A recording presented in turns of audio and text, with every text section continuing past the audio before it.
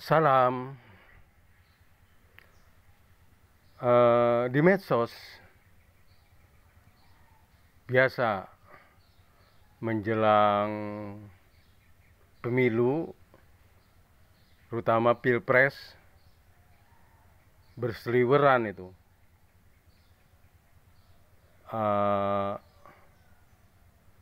ya narasi-narasi dalam video yang dibuat yang isinya tidak mendidik. Dalam hal ini selalu diangkat tentang 9 naga yang menguasai Indonesia, dan selanjutnya 9 naga ini bagian dari kekuatan Cina komunis yang akan menguasai Indonesia.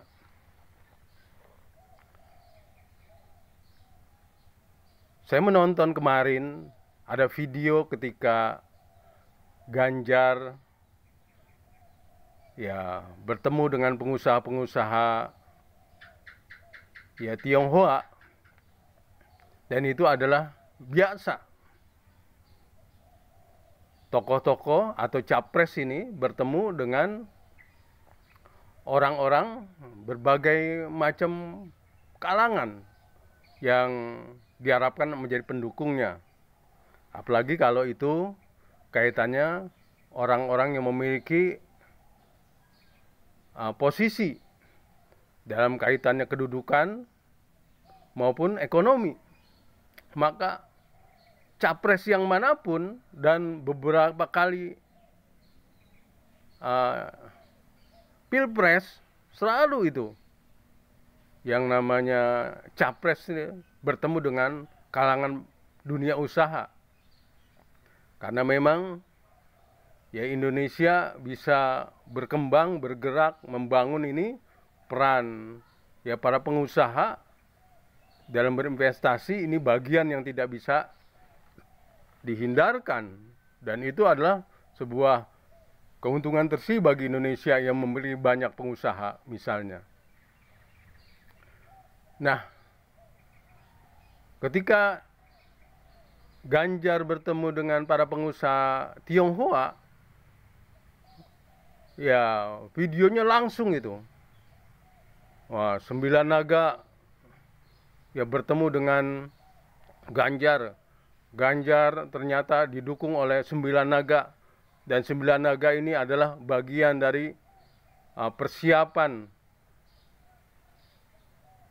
Cina komunis yang akan menguasai Indonesia. Nah, inilah yang saya bilang tidak mendidik. Selalu tiap pilpres itu penyebutan 9 naga, 9 naga. Ini tidak mendidik. Jadi bangsa Indonesia harus berterima kasih kepada siapapun juga yang ikut berperang dalam pembangunan, yang ikut berperan besar dalam peningkatan ekonomi, terutama dari etnis Tionghoa yang memang dari zaman penjajahan mereka sudah lama berkiprah, dan sampai saat ini banyak memegang posisi yang kaitannya di bidang ekonomi. Jadi jangan dianggap sebagai musuh, tapi anggaplah sebagai partner. Dan memang ratusan ribu, mungkin jutaan juga para pekerja bergantung kepada mereka yang memang mengelola usaha. Jadi kembalilah, kita berusaha mendidik warga kita, umat kita, untuk persoalan ini disederhanakan, dan juga persoalan ini menjadi sesuatu yang tidak menakutkan.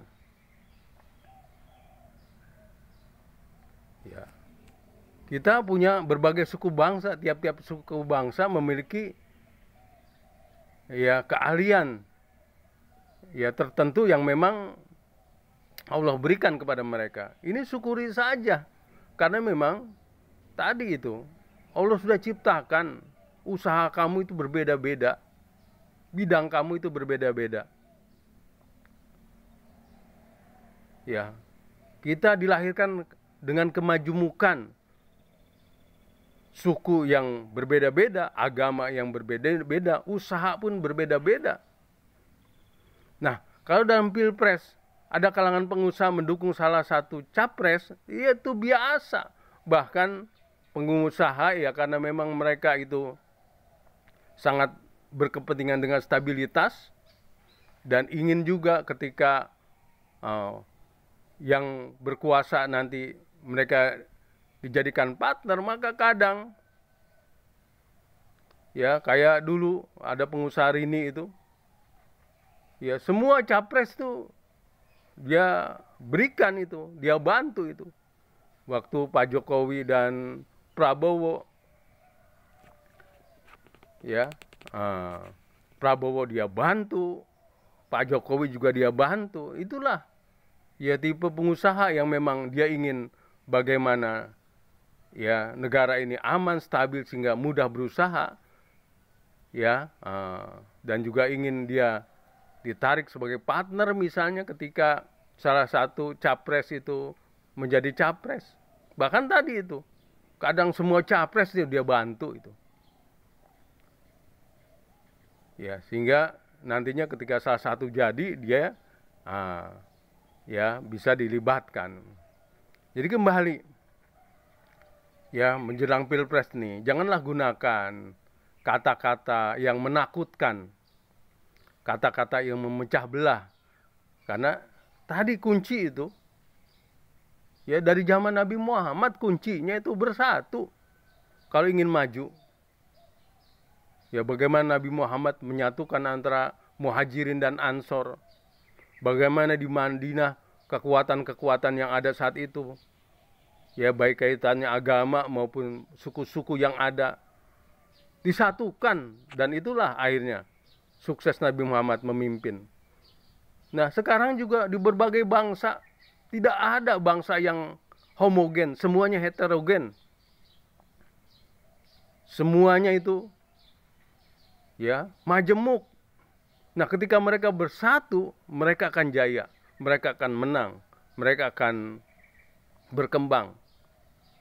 Tapi kalau mereka pecah belah dan diawali itu syirik, dengki, dan penyakit-penyakit hati lainnya, syirik terhadap satu suku, syirik terhadap satu golongan, jauhkan itu. Justru kalau ada kelebihan-kelebihan pada suku bangsa atau kelebihan-kelebihan pada satu kelompok, yaitu pelajaran bagaimana kita menjadi seperti mereka. Ya, misalnya di kalangan ya Tionghoa, mereka maju di bidang perdagangan, tiru. Kenapa mereka sampai maju? Ya, bagaimana cara dia berdagang? Nah, itu seperti itu. Jadi kembali menjelang pilpres ini, ayo ya, narasi-narasi yang bersifat perpecahan itu hindari.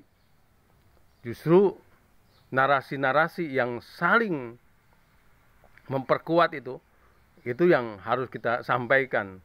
Dan saya yakin ya, karena kita berkompetisi di dunia ini dengan berbagai bangsa ya, dan sekarang ini narasinya ya adalah bagaimana ya maju bersama bidang apapun, kerjasama dengan berbagai bangsa apapun adalah win-win. Ya bagaimana saling menguntungkan. Ya itulah yang harus menjadi patokan kita. Jangan takut terhadap bangsa lain, terhadap Cina lah yang akan menduduki. Tidak mungkin. Ya, Indonesia adalah bangsa besar, harus percaya diri. Jangan menjadi